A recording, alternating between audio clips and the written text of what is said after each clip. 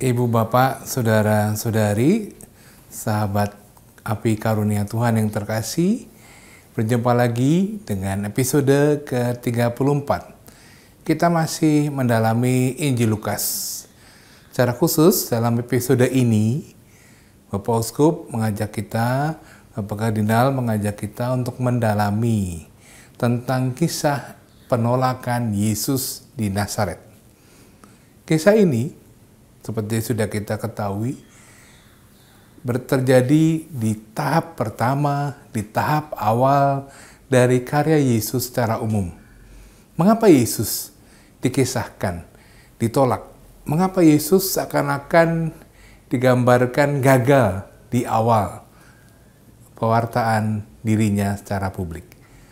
Sangat menarik, karena itu mari kita merenungkan, berdoa, dan mendengarkan apa yang menjadi gagasan mendasar dari Injil Lukas ini. Selamat mendengarkan, selamat merenungkan, selamat berdoa.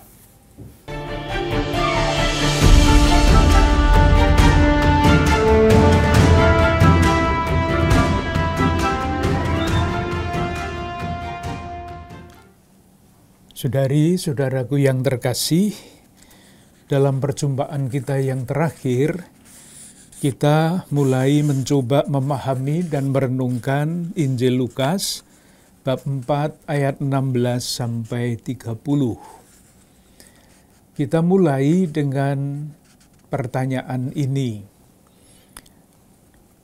Di dalam teks yang kita punya, terbitan Alkitab ini, bagian ini, perikope ini diberi judul Yesus ditolak di Nazaret. Pertanyaannya, apakah kita merasa cukup dengan judul ini? Atau kita bisa bertanya, mungkinkah judul itu bukan termasuk kitab suci ya, mungkinkah judul itu diganti dengan sesuatu yang nanti dapat kita simpulkan dari hasil perenungan kita? Pertanyaannya, mengapa pertanyaan seperti itu bisa muncul? Usul seperti itu, pikiran seperti itu bisa muncul. Ada beberapa alasan. Yang pertama, judul atau peristiwa Yesus ditolak di Nazaret oleh Lukas ini ditempatkan pada awal penampilan pertama Yesus. Sementara di dalam Injil Matius dan Markus, peristiwa Yesus ditolak di Nazaret itu ditempatkan di tengah-tengah. Di dalam Injil Markus ada pada bab 6, di dalam Injil Matius ada pada bab 13. Maka pertanyaannya, pertanyaan kritis tentu saja, mengapa Lukas menempatkan peristiwa ini pada awal? Kita ingat ketika kita mempelajari faham-faham dasar kitab suci, penginjil adalah seorang pengarang yang mempunyai maksud tertentu dengan kata-katanya, dengan susunan Injilnya. Maka kita bisa bertanya, mengapa Lukas menempatkan peristiwa ini di depan?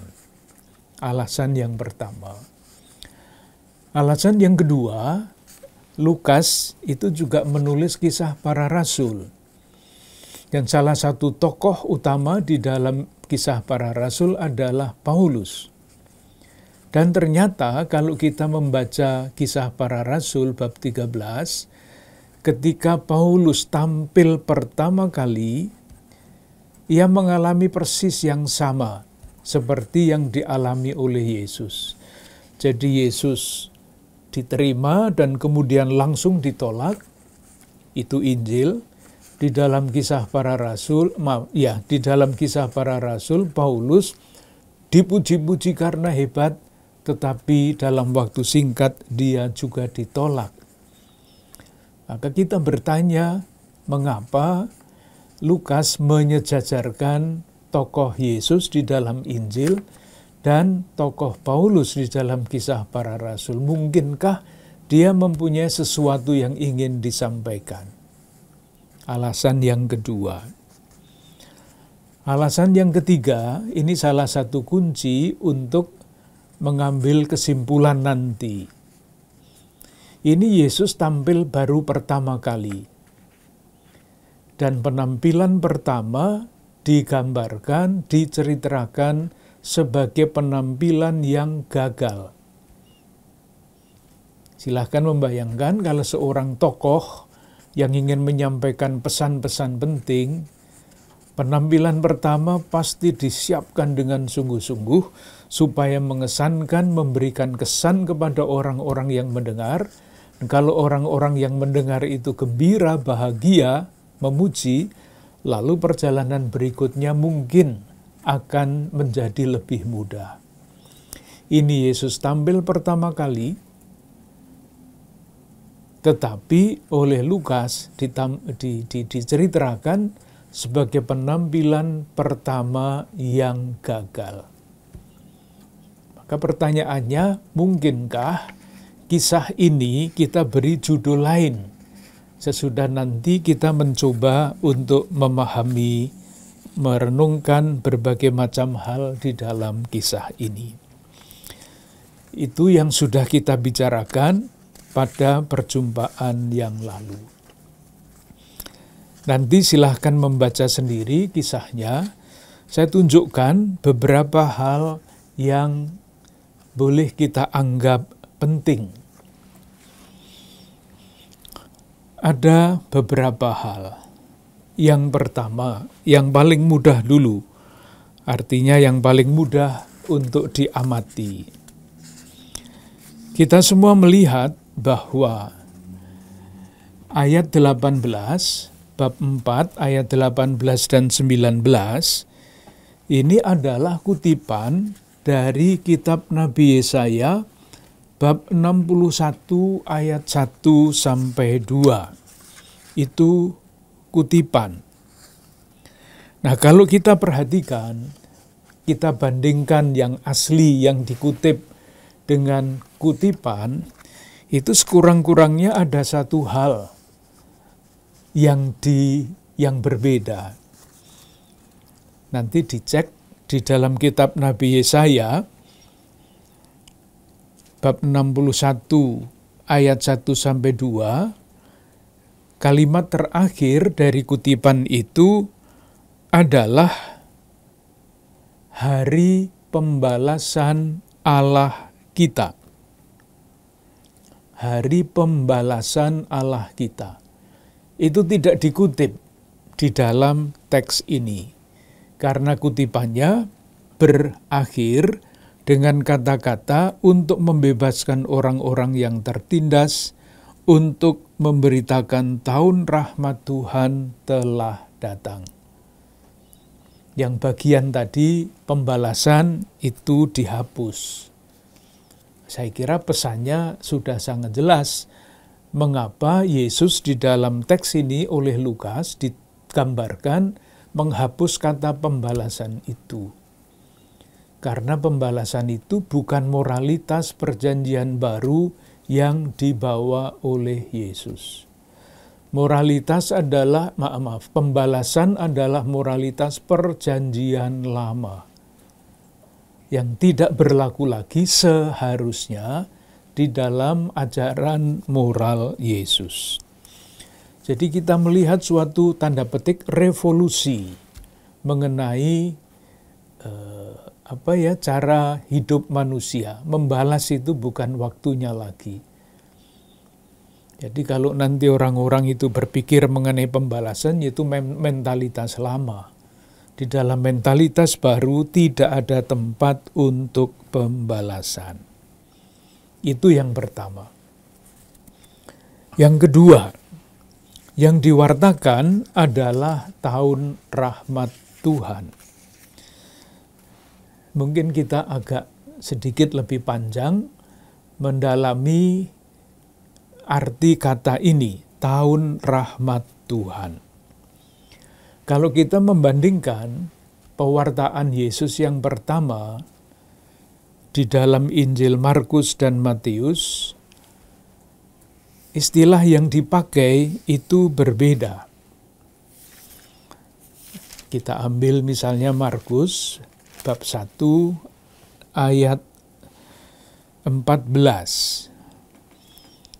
Sesudah Yohanes ditangkap, datanglah Yesus ke Galilea memberitakan Injil Allah, katanya, waktunya telah genap, kerajaan Allah sudah dekat.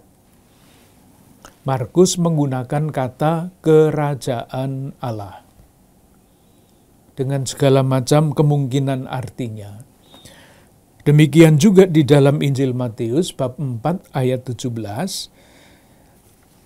Kita cek Matius bab 4 ayat 17. Yesus memberitakan, bertobatlah sebab kerajaan surga sudah dekat. Markus menggunakan kata Allah, Matius menggunakan kata surga. Kenapa? Kita ingat jemaat Matius adalah jemaat Yahudi, mengucapkan nama Allah tanpa perlu itu tidak boleh. Maka kata Allah diganti dengan surga. Artinya sama. Hanya yang sangat berbeda adalah Lukas. Dia tidak menggunakan entah mengikuti Markus, entah sama dengan Matius, tetapi menggunakan kata tahun rahmat Tuhan. Maka kita cari apa artinya tahun rahmat Tuhan itu. Sejarahnya panjang.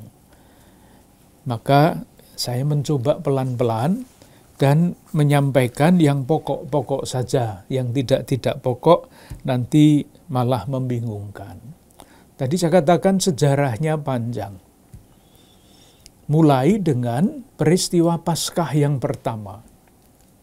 Ketika Allah menyuruh Musa untuk membawa umatnya keluar dari perbudakan Mesir, masuk menuju tanah terjanji. Suatu perjalanan yang sangat panjang. Kita ingat ketika mereka tiba di Gunung Sinai, Tuhan memberikan apa? Tuhan memberikan 10 perintah Allah. Kenapa diberikan 10 perintah Allah kok tidak lebih banyak lagi? Disesuaikan dengan keadaan umat pada waktu itu. Sinai itu padang gurun. Masyarakat waktu itu, umat Allah Perjanjian Lama, masih terdiri dari suku-suku yang bermacam-macam. Jangan dibayangkan satu suku, lalu semuanya sejak awal rukun, jangan dibayangkan seperti itu. Sama dengan sekarang, suku-suku banyak sekali mempunyai alasan untuk tidak rukun. Nah, untuk mempersatukan suku-suku yang baru saja keluar dari tanah perbudakan, diberilah yang namanya 10 perintah Allah untuk mengikat mereka. Sederhana, jumlahnya 10, tapi pada tahap itu cukup untuk membangun kebersamaan di antara ke-12 suku Israel. Harapannya supaya dengan menepati, mentaati hukum itu, 10 perintah Allah itu, mereka menjadi satu umat yang satu dan hidup bersaudara dalam damai dan sejahtera. 10 perintah cukup pada waktu itu. Langkah berikutnya, ketika mereka sesudah mengembara 40 tahun di padang gurun, mereka mulai masuk ke tanah terjanji. Mereka tidak lagi hidup di padang gurun, tetapi hidup menetap. Kalau di padang gurun kan berpindah-pindah. Mereka menetap di tanah itu yang mereka rebut dari bangsa-bangsa lain dan hidup sebagai petani. Silahkan membayangkan ketika dari budaya mengembara masuk menjadi masyarakat petani, itu pasti hidupnya berbeda. Maka berkembanglah aturan-aturan yang dilandaskan pada 10 perintah Allah itu. Secara sederhana dapat dikatakan begitu. Bertumbuhlah aturan-aturan berkaitan dengan hidup bertani. Ketika mereka sudah lama hidup bertani, maju, berkembang, kita masih ingat di dalam kitab Samuel, mereka ingin mempunyai raja seperti pada bangsa-bangsa lain. Jadi ada 3 lompatan budaya ini, dari budaya padang gurun, budaya petani, budaya kerajaan. Nah, begitulah sederhananya yang mula-mula hanya 10 perintah Allah, kemudian menjadi yang namanya hukum Taurat, yang ruwet, yang rumit, yang banyak isinya. Tetapi cita-citanya awal sama, untuk mengatur supaya umat Allah perjanjian lama itu hidup sebagai umat yang mengikat perjanjian dengan Tuhan. Dan harapannya, kalau aturan-aturan itu diikuti, lalu yang namanya kesenjangan itu tidak ada. Yang namanya orang kaya terlalu kaya, orang miskin tidak punya apa-apa, itu tidak ada. Semuanya sudah diatur di dalam aturan-aturan itu. Nyatanya seperti apa? Nyatanya sangat berbeda dengan cita-cita, dengan harapan-harapan itu. Kalau kita membaca kitab Kedua Raja, referen yang terus diulang-ulang untuk menggambarkan raja, itu kebanyakan, tidak semua, ada 1-2 yang berbeda. Rumusannya adalah raja itu hidup menempuh jalan yang jahat dan tidak menepati ketentuan-ketentuan Tuhan. Rumusannya referen seperti itu. Sehingga kalau misalnya kita membaca kitab Nabi Amos, kritiknya sangat keras terhadap kerajaan itu, terhadap penguasa. Sebetulnya biasa, di dalam keadaan sekarang juga sama, hidup sebagai masyarakat yang sudah diatur dengan Pancasila, keadilan sosial bagi seluruh rakyat Indonesia, nyatanya kan tidak seindah seperti rumusan. Itulah yang terjadi juga di dalam lingkungan umat perjanjian lama. Meskipun semuanya ingin dijanjikan damai sejahtera itu tidak menjadi kenyataan. Akibatnya apa?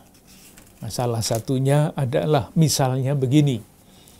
Ada orang yang miskin, berhutang kepada tuan yang lebih kaya.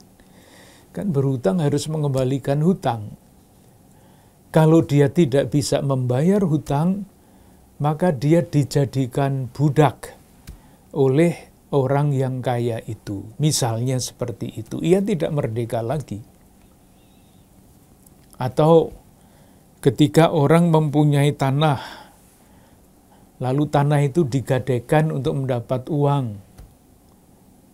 Tetapi pada waktu harus mengembalikan uang, dia tidak punya, tanah itu diambil oleh tuan yang mempunyai uang itu. Sehingga di dalam masyarakat yang ideal, yang seharusnya menjadi umat Allah yang damai dan sejahtera, kenyataannya tidak seperti itu. Ada banyak budak, ada banyak eksploitasi, ada banyak perampasan dan sebagainya. Itu realitasnya. Nah, yang namanya Tahun Rahmat Tuhan itu diadakan setiap 50 tahun untuk mencegah terus berkembangnya kesenjangan seperti itu. Aturannya ada di mana?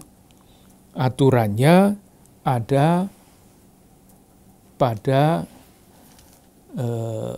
kitab Imamat bab 25.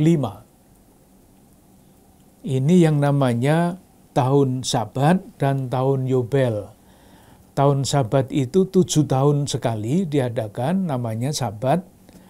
Tahun Yobel itu 7 kali 7 tambah 1. Artinya tahun ke-50. 7 itu Sabat, 7 yang lain itu adalah sempurna, tambah 1 jadi 50. Kita lihat apa yang dikatakan di dalam kitab Imamat, bab 25, ayat 1 sampai 22. Saya tunjukkan 1-2 ayat saja. Yang namanya tahun Sabat itu diceritakan, dikemukakan pada ayat 1 sampai 5. Jadi saya baca ayat 4. Tetapi pada tahun yang ke-7 haruslah ada bagi tanah itu suatu Sabat, masa perhentian penuh, suatu Sabat bagi Tuhan. Ladangmu janganlah kau taburi, dan kebun anggurmu janganlah kau rantingi.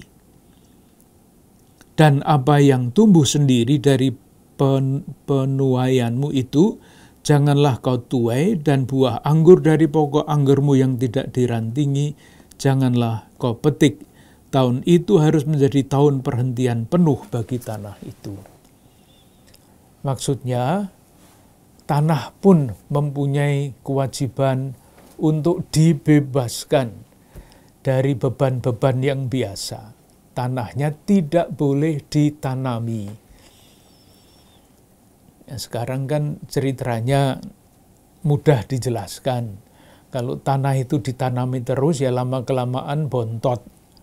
Tidak subur lagi, maka tanah perlu istirahat. Nah, dulu dirumuskan dengan tahun Sabat untuk tanah, supaya tanahnya mempunyai kesempatan untuk mengembalikan kesuburan.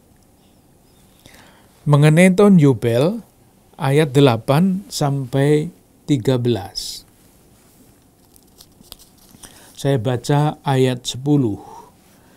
Kamu harus menguduskan tahun yang ke-50 dan memaklumkan kebebasan di negeri itu bagi segenap penduduknya. Itu harus menjadi tahun Yobel bagimu, dan kamu harus masing-masing pulang ke tanah miliknya dan kepada kaumnya. Maksudnya masing-masing pulang ke tanah miliknya, yaitu tadi tanah yang dirampas oleh Tuan, itu mesti dikembalikan kepada pemilik awal. Atau yang kedua, dan kepada kaumnya. Di orang yang sudah dijadikan budak oleh kelompok lain, mesti kembali kepada keluarganya, menjadi orang yang merdeka kembali. Dengan demikian, zaman itu mulai baru. Ketika zaman berjalan selama 50 tahun, terjadi macam-macam hal yang tidak bagus. Buahnya juga tidak bagus, akibatnya tidak baik. Maka supaya tidak keterusan, kebablasan tidak baiknya itu sampai tidak bisa diperbaiki lagi, setiap 50 tahun harus ada awal baru. Itulah yang namanya tahun Sabat. Yesus mewartakan tahun Sabat yang seperti ini. Jadi rumusannya kan tadi jelas ya. Pembebasan bagi para tawanan dan sebagainya. Lukas bab 4 ayat 16 sampai 30. Jelas sekali menyampaikan kabar baik kepada orang-orang miskin, memberikan pembebasan kepada orang tawanan dan sebagainya. Memulai sesuatu yang baru. Nah, tahun Sabat ini di dalam sejarah gereja sekarang masih terus dirayakan setiap 25 tahun sekali. Tahun depan itu gereja Katolik merayakan tahun suci biasa, karena ada yang luar biasa. Yang luar biasa itu kita rayakan tahun 2016, tahun suci kerahiman ilahi. Nanti tahun depan rumusannya adalah tahun suci dengan judul tema kita adalah peziarah pengharapan. Terjemahnya dalam bahasa Indonesia agak sulit. Kalau di dalam bahasa asing, misalnya bahasa Inggris, Pilgrims of Hope. Jadi kita peziarah yang penuh pengharapan. Atau peziarah yang ingin mewartakan pengharapan. Nanti kita tunggu apa yang akan disampaikan oleh Bapak Suci untuk menyambut tahun suci biasa 2025. Sekarang sudah disiapkan, Paus menetapkan tahun ini dengan tema Tahun Doa. Kemarin saya ditanya oleh seorang wartawan dari Kota Vatikan, bagaimana umat Katolik di Indonesia menyambut tawaran Bapak Suci menjadikan tahun ini tahun doa. Saya jawabnya mungkin agak mengecewakan wartawan itu. Karena saya mengatakan begini, tawaran dari Vatikan itu selalu bagus. Hanya, ya itulah, di Indonesia ini setiap tahun sudah ada tema pastoral yang ditawarkan oleh Konferensi Wali Gereja Indonesia. Di Keuskupan Agung Jakarta sendiri kita mempunyai tema 5 tahun. Dan tahun ini temanya adalah solidaritas dan subsidiaritas untuk kebaikan bersama. Tawaran Bapak Suci untuk menjadikan tahun ini tahun doa diselaraskan dengan tema-tema itu. Dan saya dengan bangga mengatakan begini, orang Indonesia itu sudah tidak usah pakai tahun berdoa, sudah berdoa terus. Ada doa waktu Advent, waktu puasa, bulan kitab suci, bulan liturgi itu doa terus. Rosario di lingkungan, macam-macam doa arwah. Tidak usah pakai tahun doa, doanya sudah terus-menerus. Tentu dengan catatan katekese doa itu masih terus perlu dilakukan, karena macam-macam doa itu harus disadari oleh kita semua. Doa itu bukan hanya doa permohonan misalnya, tapi ada doa syukur, ada doa pujian, ada doa liturgi harian, dan yang terakhir istilahnya agak membingungkan itu, doa mohon kegelisahan. Macam-macam doa itu mesti kita sadari, kita pelajari bersama-sama. Itu selingan. Tahun Rahmat Tuhan itu sekarang menjadi tahun suci di dalam gereja Katolik. Yang berikutnya, jadi kita melihat dulu unsur-unsurnya, baru nanti pada akhirnya kita ambil kesimpulan. Khotbah Yesus itu sangat pendek. Bagus untuk ditiru oleh kita-kita yang biasanya khotbah itu. Karena khotbahnya itu hanya satu kalimat, ayat 21. Lalu ia mulai mengajar mereka, katanya, pada hari ini genaplah nas ini sewaktu kamu mendengarnya. Sudah, khotbahnya sependek itu. Nah, apa yang mau kita perhatikan secara khusus pada kalimat ini? Rumusannya pendek, tetapi kalau direnungkan itu bisa panjang lebar sampai kemana-mana.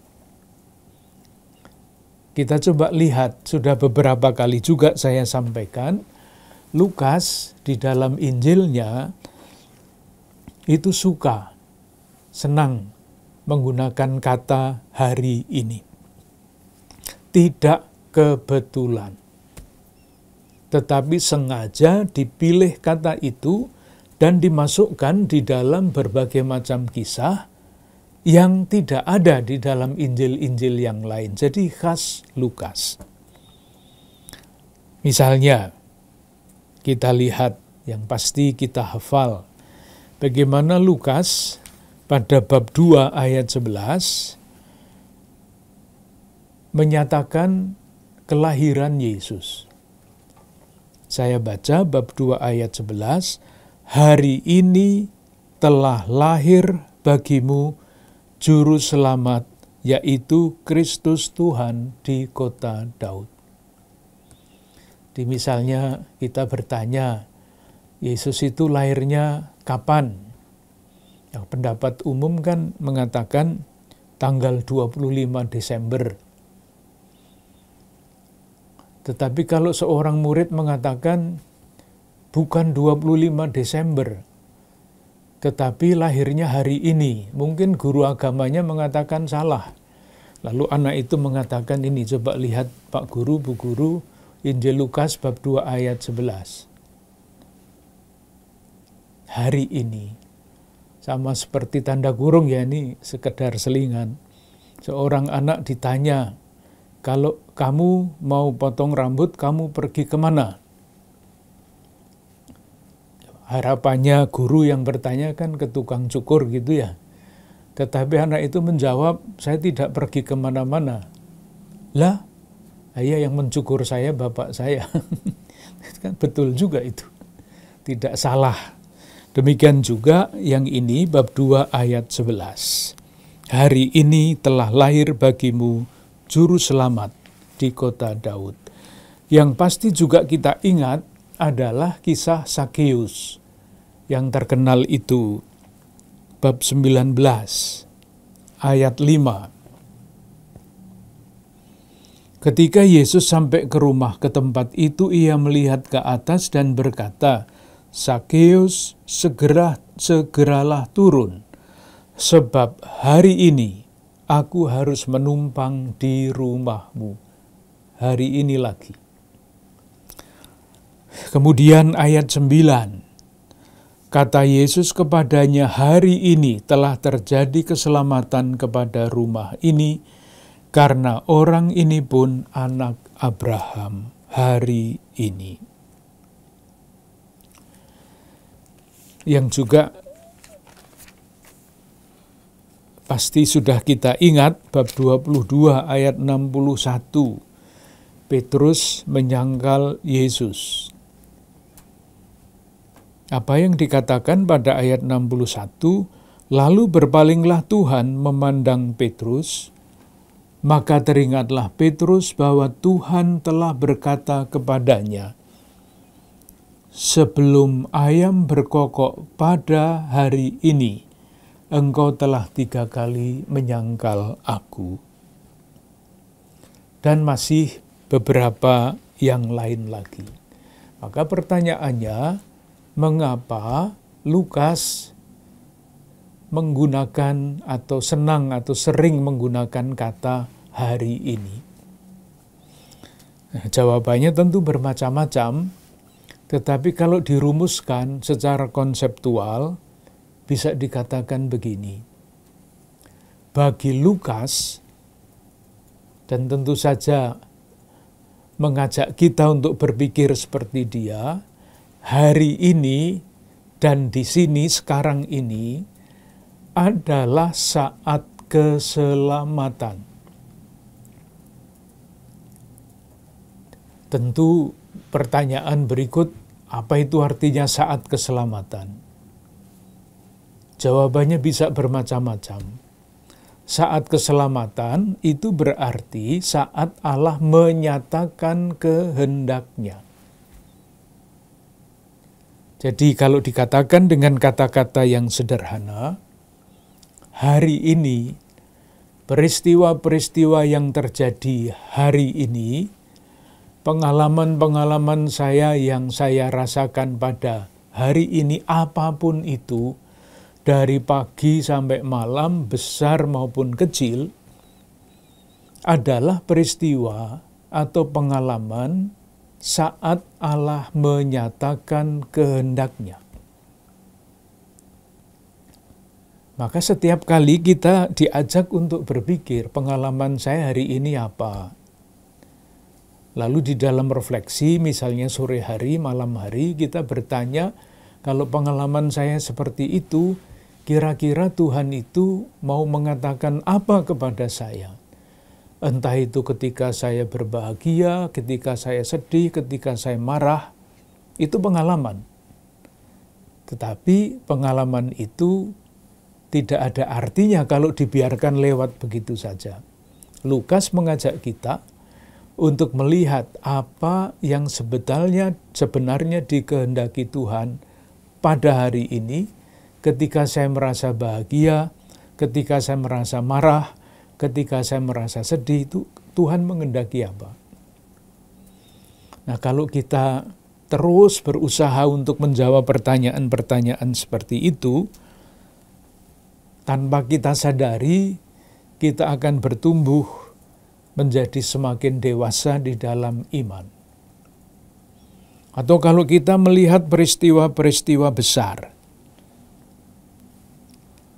yang terjadi di dalam masyarakat kita pada hari ini misalnya. Hari ini itu tidak harus berarti sekarang ini, tapi pada saat-saat ini. Saya ambilkan contoh salah satu. Di media massa hari-hari ini, bagi saya ada dua berita yang sangat mencolok. Yang pertama di bawah judul TPPO, Tindak Pidana Perdagangan Orang. Di Kupang itu ada seorang biarawati yang disebut dengan julukannya karena dia setiap hari menerima jenazah dari pekerja migran yang pulang sudah di dalam keadaan meninggal. Suster kargo namanya, karena jenazah itu dimasukkan di dalam kargo pesawat. Berita terakhir yang saya baca mengenai tindak pidana perdagangan orang, itu disebutkan ada 12 peristiwa kasus TPPO yang dilaporkan ke Badan Bareskrim Polri. Dan salah satu yang dilaporkan itu menyangkut peredaran uang perdagangan manusia itu jumlahnya 9 triliun rupiah. Mengerikan sekali.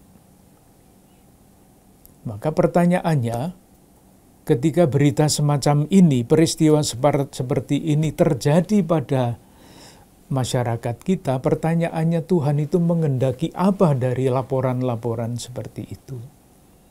Muncullah misalnya yang namanya Tali Takum.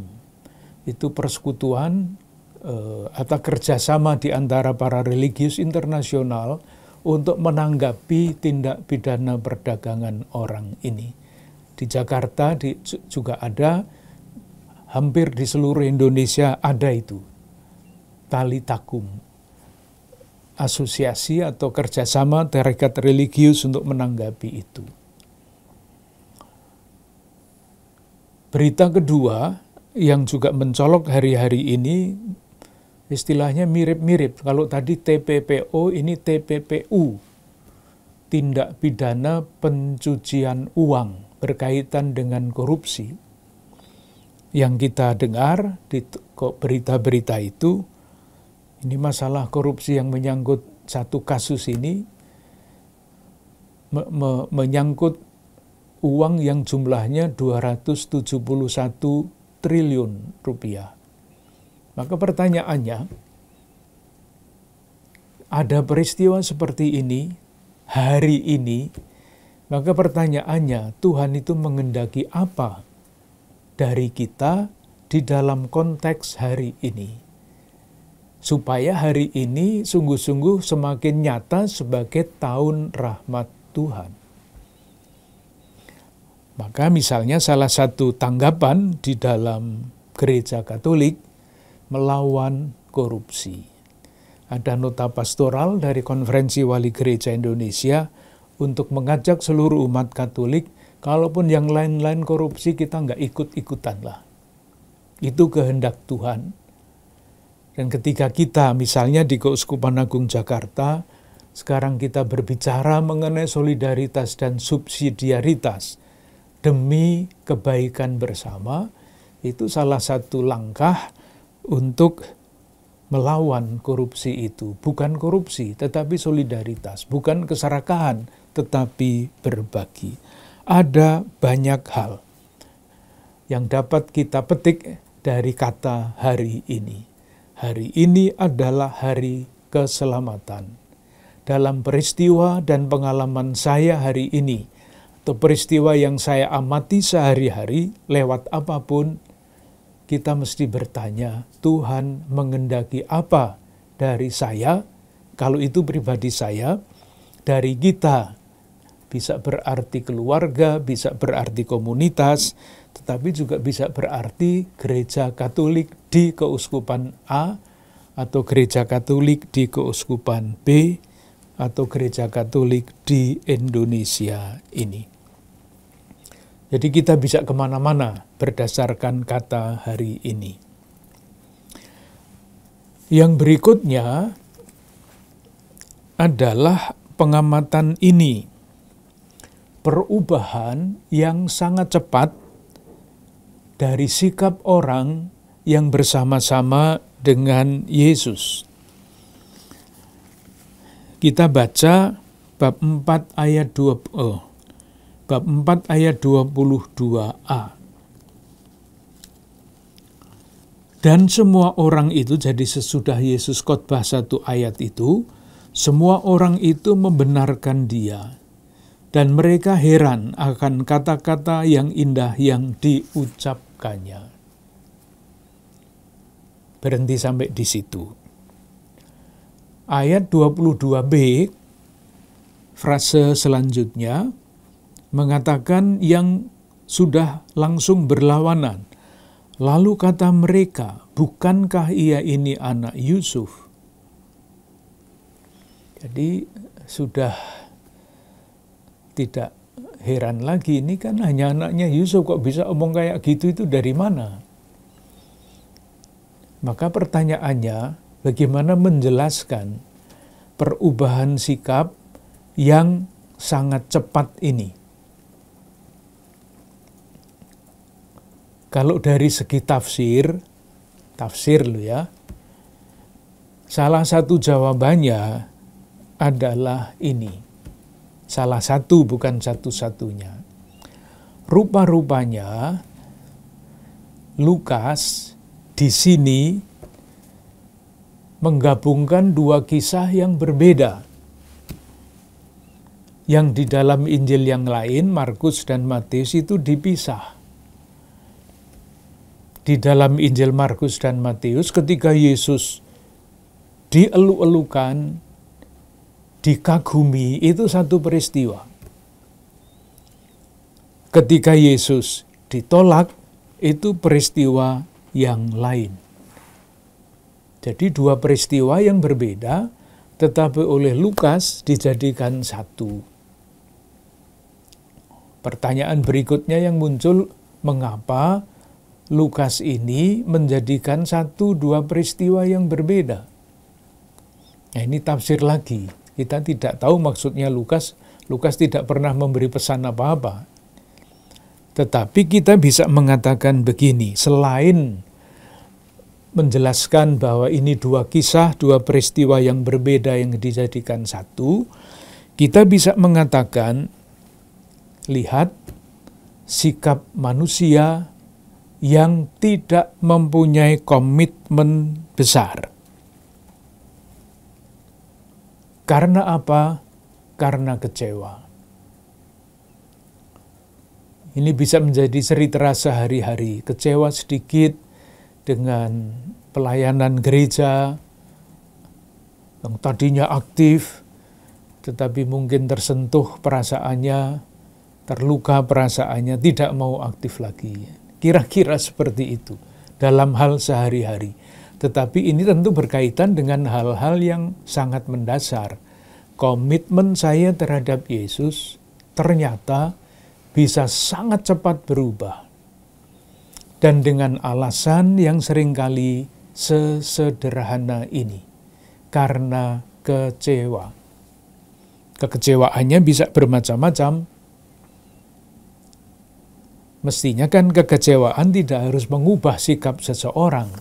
Kalau begitu nanti sikapnya berubah-ubah terus, tidak pernah ada konsistensi di dalam sikap.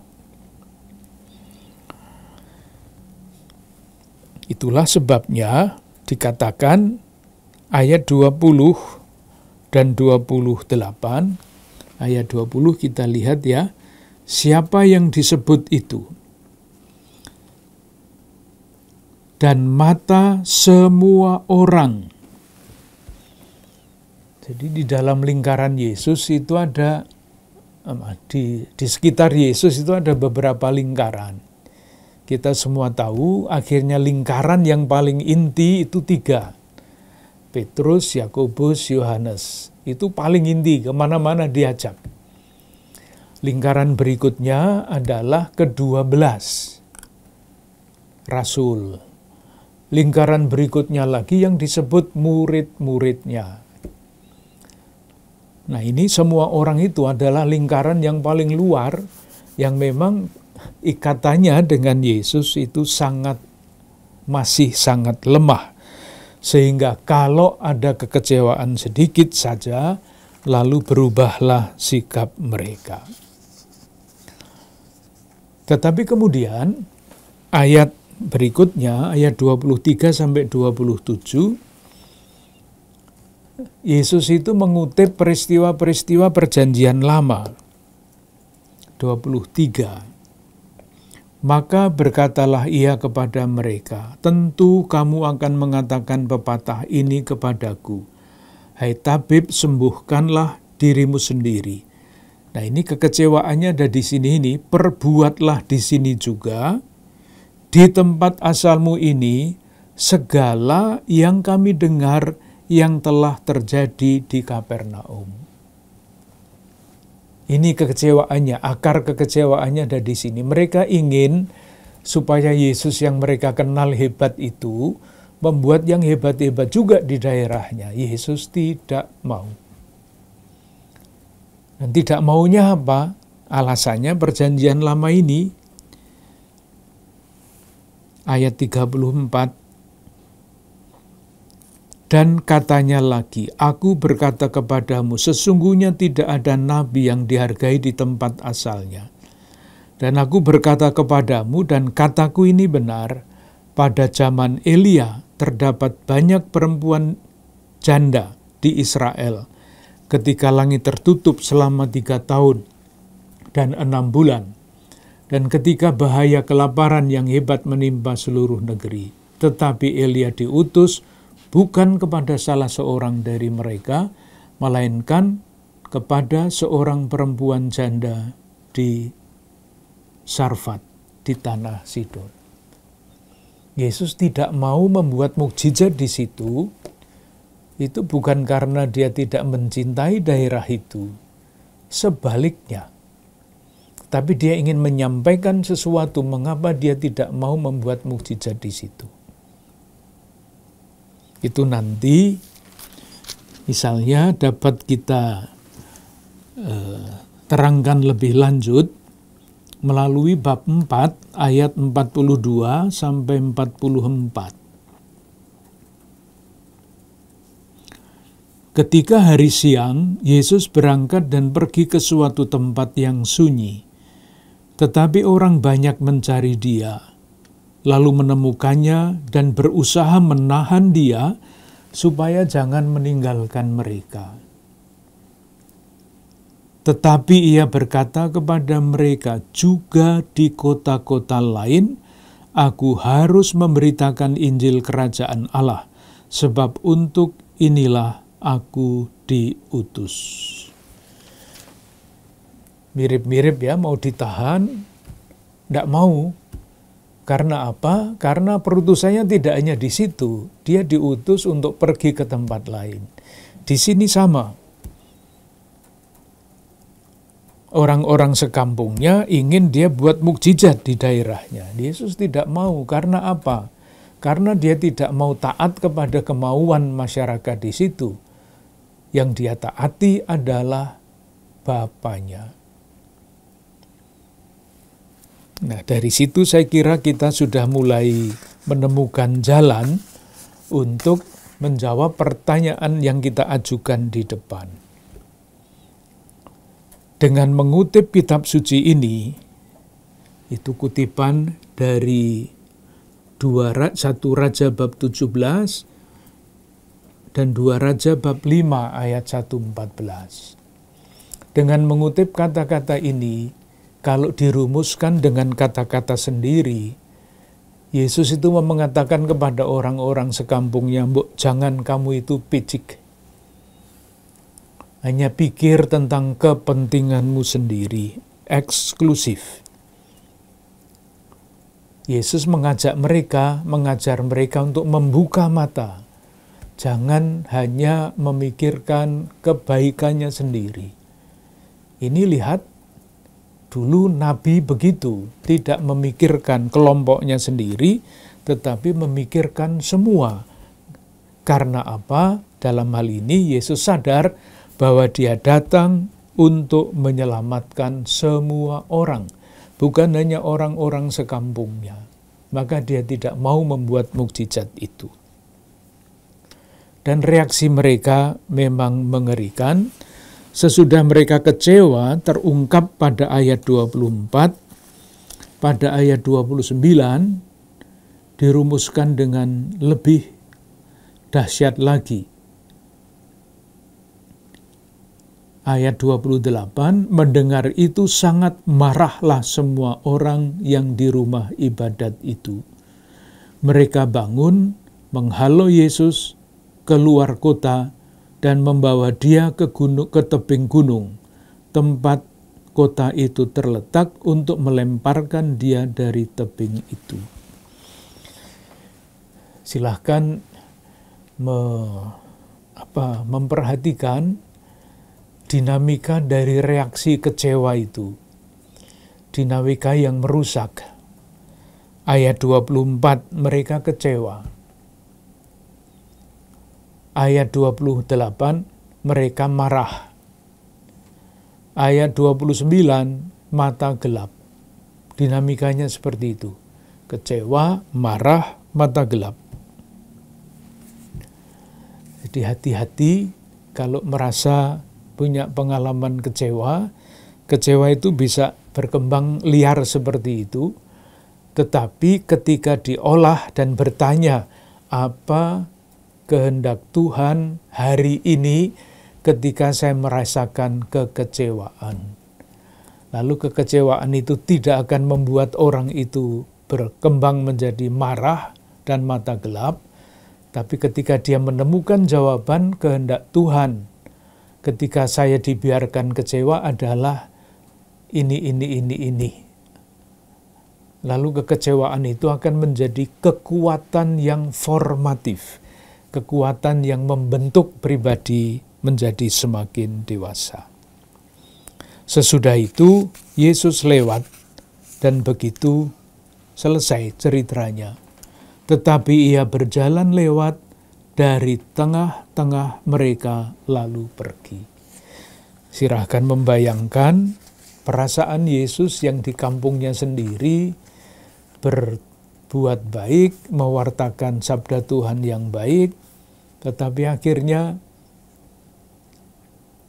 dirasakan sebagai yang membuat kecewa, ditolak, dan diperlakukan seperti itu. Silahkan membayangkan ini ayat 30 ini secara manusiawi saja, tetapi Ia berjalan lewat dari tengah mereka, dari tengah-tengah mereka lalu pergi. Pergi dengan pengalaman apa, dengan perasaan apa secara manusia. Sekarang jawaban atas pertanyaan yang kita ajukan pada awal pertemuan tadi. Mengapa Lukas menempatkan kisah ini, penampilan Yesus yang pertama, sebagai penampilan yang tanda petik gagal? Yang perlu kita kritisi adalah apa yang dimaksud dengan gagal. Kalau gagal itu dimengerti sebagaimana biasa dimengerti tidak berhasil menjalankan rencananya, maka dia gagal. Tetapi kalau dilihat dari segi lain, mengapa Yesus gagal di situ? Memilih jalan itu sehingga dinilai gagal. Jadi memilih tidak membuat mukjizat di situ itu kan pilihan. Memilih untuk mengutip kitab suci, dengan demikian mau membuka wawasan orang-orang sekampungnya.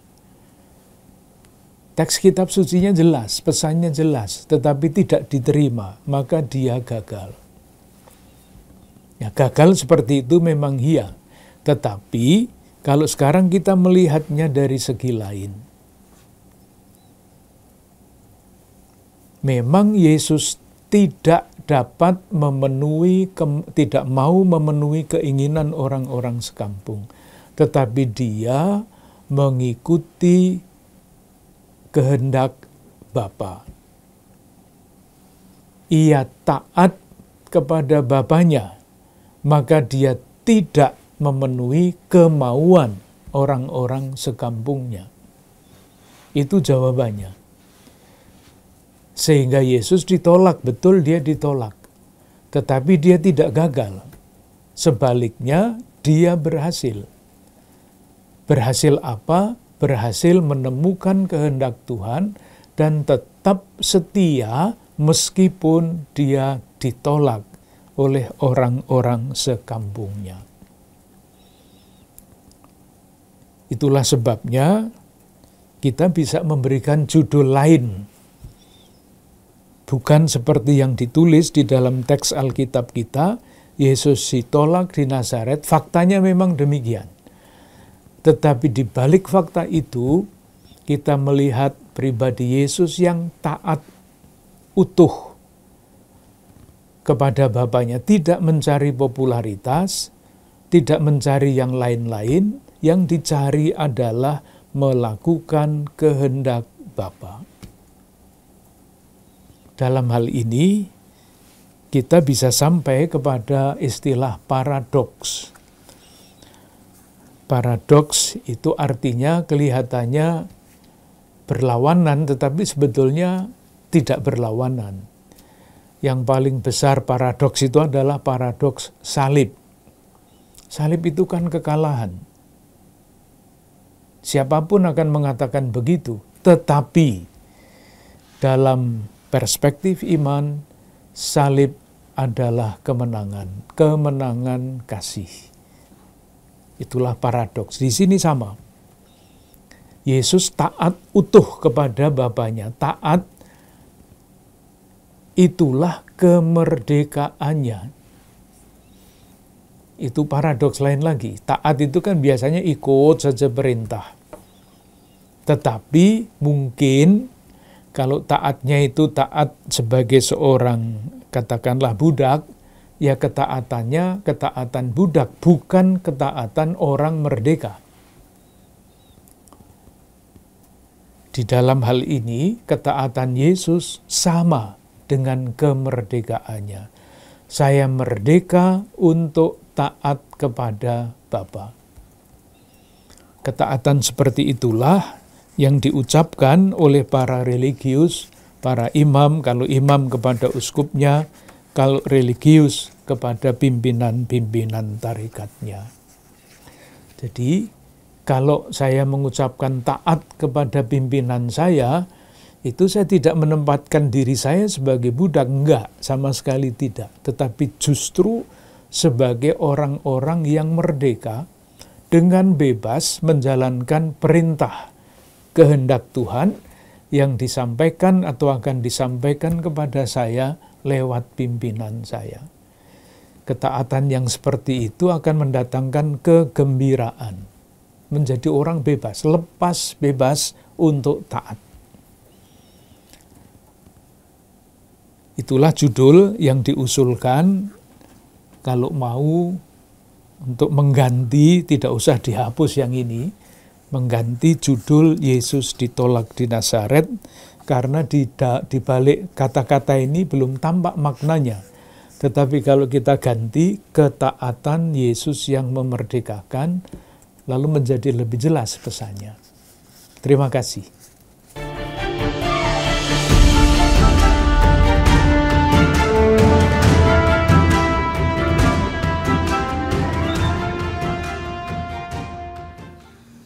Saudara-saudari yang terkasih, para sahabat api karunia Tuhan, mengapa Yesus digambarkan ditolak di awal? Karena ingin menunjukkan Yesus yang merdeka. Ketaatan Yesus membawa kemerdekaan. Yesus taat untuk mewartakan Bapa, tidak untuk mewartakan dirinya. Meskipun banyak permintaan mengarahkan hal itu. Itulah sukacita murid-murid Tuhan yang mengalami kegembiraan justru dalam ketaatannya. Kita mohon rahmat Tuhan agar kita pun taat dalam hidup kita sehari-hari mendengarkan sabda Tuhan. Semoga Allah yang Maha Kuasa memberkati kita dan keluarga-keluarga kita dan komunitas kita senantiasa dalam berkat-Nya yang Maha Kudus, Bapa, Putra, dan Roh Kudus. Amin.